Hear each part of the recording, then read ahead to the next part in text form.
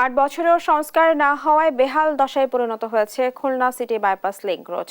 আরো জানাতে সরাসরি যোগ দিয়েছেন সহকর্মী নুর ইসলাম রকি। রকি, আপনি নিশ্চয় আমাকে শুনতে পাচ্ছেন। রকি, রাস্তার সংস্কারে কর্তৃপক্ষ কোন ধরনের ব্যবস্থা নিচ্ছেন এবং স্থানীয়রা কি বলছেন, আমাদেরকে বিস্তারিত জানাবেন। হ্যাঁ, আমি এই মুহূর্তে দাঁড়িয়ে আছি খুলনা সিটি যে বাইপাস লিং রোডটি আছে এই রোডটিতে। এই রোডটি কিন্তু অত্যন্ত গুরুত্বপূর্ণ একটি সংযোগ স্থল বলা যায় শহর থেকে।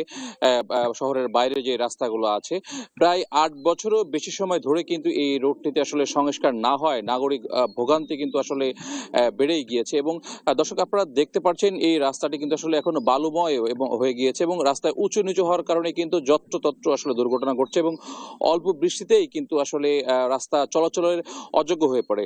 যার কারণে কিন্তু খুলনা শহরের যে প্রবেশের যে লিংক রোডটি, এই লিংক রোডটি আসলে অচল অবস্থার কারণে নাগরিক দুর্ভোগ আসলে শেষ প্রান্তে আছে এবং খুলনা শহরের অনেক সংগঠন কিন্তু বিভিন্ন সময় আমরা দেখেছি যে এই সড়কটি সংস্কারের জন্য তারা রাস্তায় নেমেছে।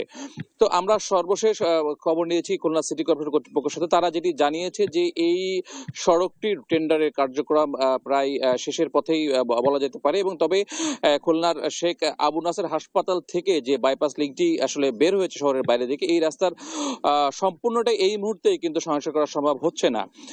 আবু নাসের লিংক রোড থেকে রমজানের যে আসলে ব্রিজ আছে, এই ব্রিজ পর্যন্ত প্রায় 25 কোটি টাকার একটি টেন্ডার প্রক্রিয়ায় সিটি কর্পোরেশন গিয়েছে এবং খুব দ্রুত এই সংস্কারের কাজ শুরু হবে বলে তারা আমাদেরকে জানিয়েছে।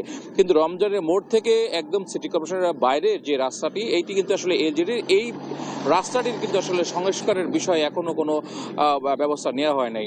তো সব মিলে বলা যেতে পারে এই রোডের সংস্কার না হওয়ার কারণে কিন্তু শহরের ভিতর আসলে প্রবেশ নানা ধরনের বাধা বিপত্তি হচ্ছে এবং খুব দ্রুত নগরবাসী এই রোডটি সংস্কার করতে চায়। খুলনা থেকে এটা ছিল আমার কাছে সর্বশেষ সংবাদ। রকি, আপনাকে ধন্যবাদ।